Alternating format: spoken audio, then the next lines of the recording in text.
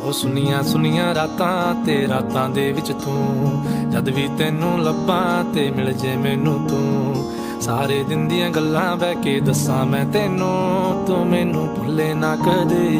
ਮੈਂ ਨਾ ਭੁੱਲਾਂ ਤੈਨੂੰ।